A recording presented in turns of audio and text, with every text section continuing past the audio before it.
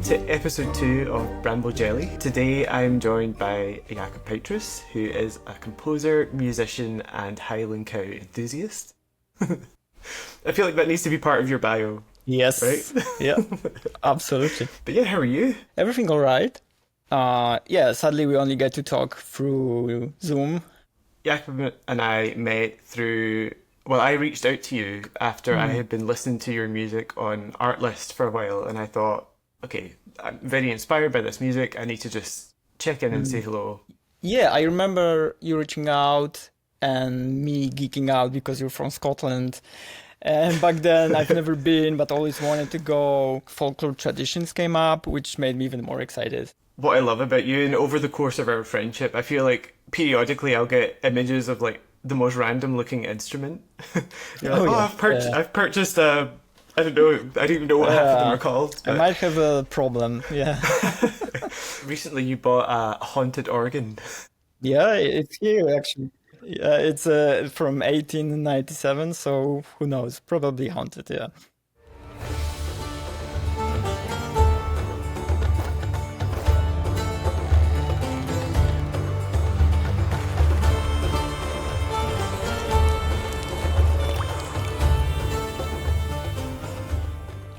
For you, what was your kind of like earliest introduction to music, or what was it that kind of triggered you to be like, I want to go and explore this? It was both the music my parents listened to, classical, orchestral, with and also some pop music, of course. It was really diverse. Once a year, we would go to the Highlands, to the Polish Highlands. I don't remember this, but my parents say that I was so inspired by the violins there. The Highlanders play violin and other instruments. I was Mhm. 6, so maybe it was just a short fascination. But yeah, this also made me go to music school, and there you're classically trained on your instrument, which for me was violin. I didn't like it at all.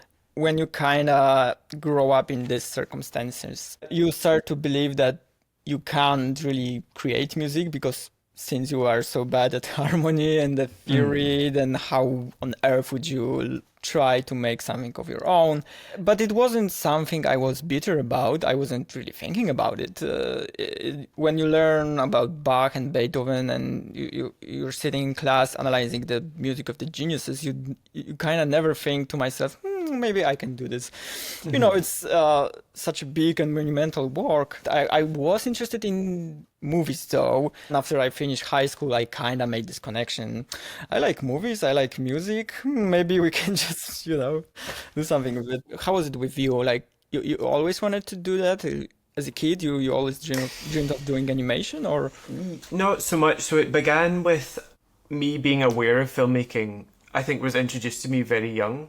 I remember when I was about 6 years old, my sister and I watched there's a Loch Ness Monster film with Ted Danson in it. Okay. But it's rubbish. I was 6 years old. My sister must have been about 9, and we watched it, and we were like, we could do better than that. Like, we can make our own Oh, version. yeah, So okay, okay. we got like the camcorder out and like our Barbies and stuff, and we made our own little version of this movie. And then it started as a hobby, just making short films with friends in my primary school, and then it went all the way into my secondary. And then there came a point where I thought, well, I can make a career out of this. So animation was kind of secondary. That was like running as a hobby on the other side. And then I think once my ideas started getting more ambitious, I think I can start crossing these two things over. Hmm. At my core, I'm a storyteller, and I don't mind which medium I tell it in. I'm curious about where do you draw your inspiration from? Sometimes when the weather is really dramatic, when it's raining and it's windy and super cloudy, the kind of weather I like and that inspires me. I kind of like to play certain albums Mm. that match this weather, a feeling I wanna feel. So creating a mood or atmosphere that you kind of want to be in. So I'm kind of writing music that will bring me this feeling of this weather I felt, and I'm composing sort of in this vein to maybe transform myself back into this scenario, into that weather, into that feeling I had being, in this kind of dramatic epic, let's say, scenario. Yeah.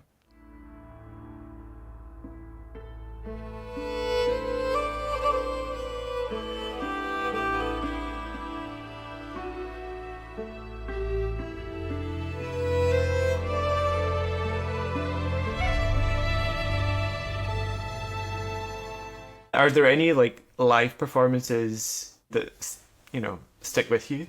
I think the Hans Zimmer one I went to in Krakow, which really started me doing this because actually being super emotional, hearing the music and thinking to myself, wow, like it just came through his mind, even though he has no formal musical education.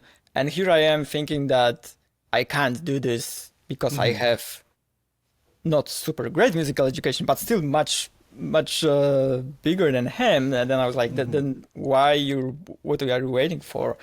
So this was both really inspiring and emotional to hear the music itself from the tracks I've listened to from a young age. So like Lion King soundtrack and then Sherlock Holmes and Batman, you name it. So this is like double emotional to me because both the music and the reminder of those fantastic movies, yeah, and really pushed me to go ahead and try and do this. So I think that was like the most important live concert experience for me. Yeah. In Scotland, there's an event here called Celtic Connections, and I saw a Colombian folk group who had done a partnership with a Welsh harpist. Basically, the father figure of this Colombian group had passed away to cancer just 2 weeks before this gig was going to happen. Oh, okay. So they hadn't seen the Welsh harpist for like 20 years or something. They were going to reunite on this stage. He said to everybody, look, go ahead. I want the gig to still go ahead. She's called Catherine Finch. She's a phenomenal musician. She came onto the stage and explained what had happened. And then she sat down with her harp and played the most like heartbreaking music. You could feel her grief. It was so like palpable. Nothing's ever touched me like that before. And it just really showed you the power of that expression through music. It was amazing. Sounds magical.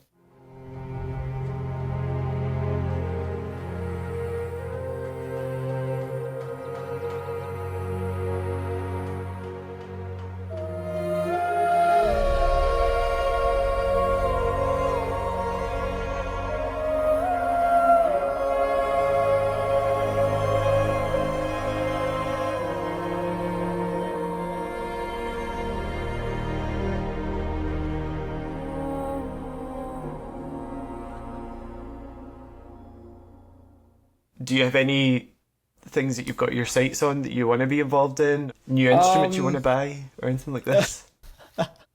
Oh, there's a lot of instruments I want to buy. I decided I just want to do project that inspire me and project that I want to do and project that I, wake up in the morning and like I'm excited to go back to, and saying no to other stuff that while maybe still great will only dilute my focus on those things. What is a piece of music that you're most proud of? I like main theme I did for the Nouns movie. I like some of the music I did for Dragon Twin for the video game.